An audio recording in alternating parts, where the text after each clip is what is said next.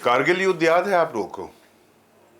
जिस समय भारत ने कारगिल युद्ध जीता था उस समय अटल बिहारी वाजपेयी की सरकार थी और वो कार्यवाहक सरकार थी, कार्यकारी सरकार थी, अल्पमत की सरकार थी। लेकिन युद्ध का हश्र क्या हुआ था पता है ना आपको? पोखरण 2 याद है आपको? पोखरण 2 भी एक अल्प बहुमत की सरकार ने किया था। 1991 के बाद जब आर्थिक सुधार हिंदुस्तान में हुए, जिसने भारत की आर्थिक दशा दिशा बदलने में सबसे बड़ा रोल निभाया, या यूं कहें कि वो टर्निंग पॉइंट था, तो आपको मालूम है कि वो पीवी नरसिम्हा राव की सरकार जो थी वो भी पूर्ण बहुमत की सरकार नहीं थी। ये 3 उदाहरण मैंने आपको इसलिए दिए हैं कि तमाम लोग हिंदुस्तान के जो अंदर सरकार के कमजोर होने की अपेक्षा कर रहे हैं, सरकार पर अंकुश लगाने की बात कर रहे हैं, उनकी बात तो समझ में आती है। लोकतंत्र में, जमहूरियत में उन्होंने लड़ाई की है और वो चाहते हैं कि सामने वाला थोड़ा सा अपनी जगह पर रहे, अपनी हैसियत से थोड़ा नीचे आए। समझ में आता है। लेकिन ये चीन, पाकिस्तान, ये वहाँ का जो मीडिया है, वहाँ के जो सियासतदान हैं, वहाँ की जो आवाम है, वो क्या किसी गलतफहमी में है क्या?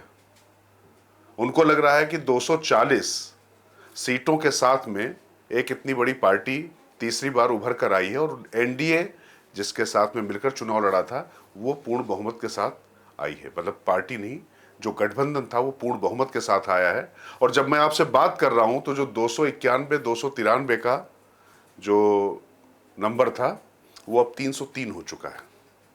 मतलब 272 की जरूरत है, 303 हो चुका है। उसके बाद भी अगर आपको लगता है कि भारत की हैसियत दुनिया में कमजोर होगी तो आपको जो मैंने पहले 3 उदाहरण बताए हैं जरा वो सुन लीजिएगा।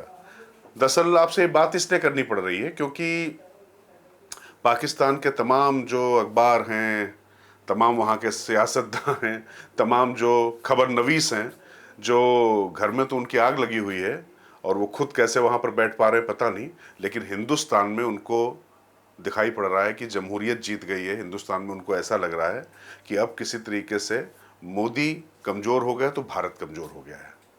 पहली बात तो है मोदी कितने कमज़ोर हुए वो भारत के लोग को एसेस करने दीजिए। मोदी कमज़ोर होते हैं, राहुल मजबूत होते हैं, या तेजस्वी या अखिलेश मजबूत कमज़ोर होते रहेंगे, लेकिन हिंदुस्तान कभी कमज़ोर नहीं हो सकता। और ये मैंने जो 3 उदाहरण दिए हैं ये समझने की ज़रूरत है। इसके साथ और भी उदाहरण दे सकता हूँ। वॉल स्ट्रीट जर्नल ने, जैसे अमेरिका का जो अखबार है, उसने लिखा कि किस तरीके से जो है मोदी का एक तरीके से करिश्मा कम हो रहा है, मोदी की हार हुई है। चलिए ये एक पत्रकार का असेसमेंट हो सकता है, लेकिन यहाँ पूछना चाहूँगा कि जब ट्रंप हार गया था तो क्या अमेरिका की हैसियत बढ़ गई थी या घट गई थी? जो बाइडेन आए तो घट गई थी या बढ़ गई थी? और हिंदुस्तान में लगातार अल्प बहुमत की सरकारें गठबंधन के साथ में चलती रही हैं। गठबंधन धर्म का मर्म हमने सिखाया और उसके बाद भी सरकारों को जो फैसले लेने थे, डॉक्टर मनमोहन सिंह की सरकार ले लीजिए, ये था ना जब हमने न्यू 1 2 3 जब आपको अमेरिका को करना था तो एक स्पेशल उनको स्टेटस देना पड़ा ना, आपने आकर किया था ना। और इससे पहले जब हमने परमाणु विस्फोट किए तो तमाम हमारे ऊपर सैंक्शंस लगा दिए गए। उस समय भी अल्पमत की सरकार थी और वाकई 200 से कम सीटें थी, 181 सीटें ही थी मात्र। उसके बाद भी ना सिर्फ हम उससे ओवरकम करके आए, ना उबर के आए, बल्कि हम मजबूत और मजबूत और मजबूत होते चले गए। तो आप हमारी जिजीविषा को और आप हमारे को आप जितना चुनौती देंगे हम उतना ही मजबूत होकर उभरेंगे। यह संदेश दुनिया के लिए है।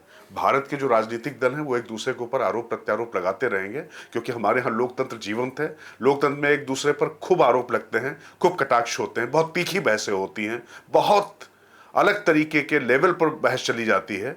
लेकिन जब बात हिंदुस्तान की आती है, जब बात भारत की आती है, जब हमारे भारतीयता की बात आती है तो उस पर कोई प्रश्न उठा सके ऐसा दुनिया में किसी में साहस नहीं है। होंगे कुछ जयचंद, होंगे कुछ मीर जाफर, लेकिन उन जयचंदों मीर जाफरों को उनके उचित स्थान पर भेजना भी हिंदुस्तान की आवाम को, हिंदुस्तान की सियासतदानों को, हिंदुस्तान के पूरी व्यवस्था को आता है। हमारी जो ताकत है वो हमारा लोकतांत्रिक होना तो है ही, और साथ में जितनी बड़ी दुश्मनी होगी उससे ज़्यादा मजबूती के साथ हम उनसे पेश भी आते हैं। ग्लोबल टाइम्स, चीन ने कुछ गलतफहमी हो गई उनको। अभी कुछ दिन पहले ग्लोबल टाइम्स ने लिखा था कि मोदी और जब पावरफुल होकर आएंगे तो यहाँ पर किस तरीके से लोकतंत्र की बातें होंगी। अब बताइए, चाइना वाले भी लोकतंत्र की बातें कर रहे हैं भैया। अब इस पे हंसूं या सिर पे हाथ मारूं या माथा पीट लूं, क्या करूं? लेकिन ऐसा कुछ नहीं करूंगा। बस आपको इतना बता रहा हूं कि जो आपने लिखा है, ग्लोबल टाइम्स के जो पत्रकार, खैर मतलब वहाँ पत्रकार भी होते हैं, भी एक बड़ी बात है। ग्लोबल टाइम्स कह रहा है कि अब अमेरिका भारत के साथ अपने संबंधों को रीअसेस करेगा।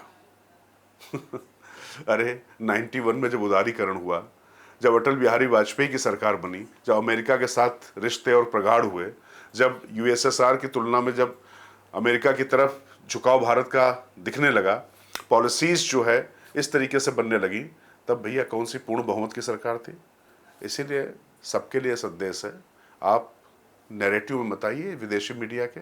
जो तमाम जो देसी जो लोग हैं ना, उसको निपटना जानते हैं। हाँ, कई बार ये जरूर लगता है कि कुछ ऐसे लोग हैं, जब जॉर्ज सोरोस और तमाम लोग की बात होती है तो हो सकता है कि वो भारतीय जनता पार्टी की तरफ से उसको अतिशय तरीके से दिखाया जा रहा हो। लेकिन जो कुछ सो कॉल्ड जो कंटेंट बनाने वाले लोग हैं, जो अपने आप को पत्रकार की तरीके से पेश करते हैं, वो जब इस तरीके की भाषा बोलते हैं तो उस नैरेटिव को समझने की ज़रूरत है। वो कैसे गढ़ा जाता है, छोटे छोटे कील का से जोड़ते हुए, ये ज़रा समझने की ज़रूरत है। इस पर मैं पहले भी आपसे काफ़ी चर्चा करता रहा हूँ, लेकिन अभी फ़िलहाल मैं सिर्फ इतना कह रहा हूँ कि भारत की ताकत को उसकी सरकार के नंबरों से अगर आप तोलना चाहते हैं तो आप बहुत बड़ी गलती कर रहे हैं। भारत में एक स्थिर सरकार अभी भी बनी है, और वो साबित हो रहा क्योंकि नंबर लगातार एनडीए के बढ़ते चले जा रहे हैं। और जिस तरीके से 2 कार्यकाल के बाद भी तीसरे कार्यकाल में इस तरीके का बहुमत मिला है, और विपक्ष ने भी किस तरीके से यहाँ पर तगड़ी फाइट दी, और वो भी काफ़ी जीवंत होगा इस बार हमारे संसद का माहौल। तो हमारे संसद, हमारे लोकतंत्र की खूबसूरती देखिए, उसकी जिजीविषा देखिए, और उसमें किस तरीके से एक दूसरे पर आरोप प्रत्यारोप लगाने के बाद भी राष्ट्रीय हितों पर हम कैसे एक होते हैं, ये समझ लीजिए। बहुत ज़्यादा खुशफहमी मत पालिए, गलतफहमी मत पालिए। वैसे गलतफहमी शब्द इसलिए कहूँगा क्योंकि भारत अगर मजबूत रहेगा ना, तो आप सबका भला रहेगा। और भारत की मजबूती, क्योंकि भारत ने कभी भी किसी पर ना आक्रमण किया है, ना कभी भी कुछ ऐसा किया है कि जिससे उसको शर्मसार होना पड़े। दूसरे देशों के मामलों में हम लोग कभी भी दखल नहीं देते रहे। तो हमारे अंदरूनी मामलों को हमारे साथ रहने दीजिए। और पाकिस्तान वालों, आप जो है पहले देख लीजिए, अपने यहाँ सरकारें चुन लीजिए। अपने यहाँ पहले जो आर्मी की जकड़न में जिस तरीके से वहाँ जिंदगियाँ कसमसा रही हैं, मैं मानवता पर वो चूंकि सवाल आ जाता है क्योंकि बहुत महंगाई है, आपके यहाँ लोग भूखों मर रहे हैं, उससे मुझे कोई खुशी नहीं है। लेकिन निश्चित तौर पर हम चाहते हैं कि आप भी सुखी रहें, संपन्न रहें। लेकिन इस तरीके की जो बातें आप कर रहे हैं और इस तरीके के जो आप मुगालते में हैं, जो सपने देख रहे हैं, उसको देखना बंद करिए। भारत मजबूत था, है और रहेगा। नमस्कार, मैं राजकिशोर, बुलंद भारत टीवी, ताकत आपकी।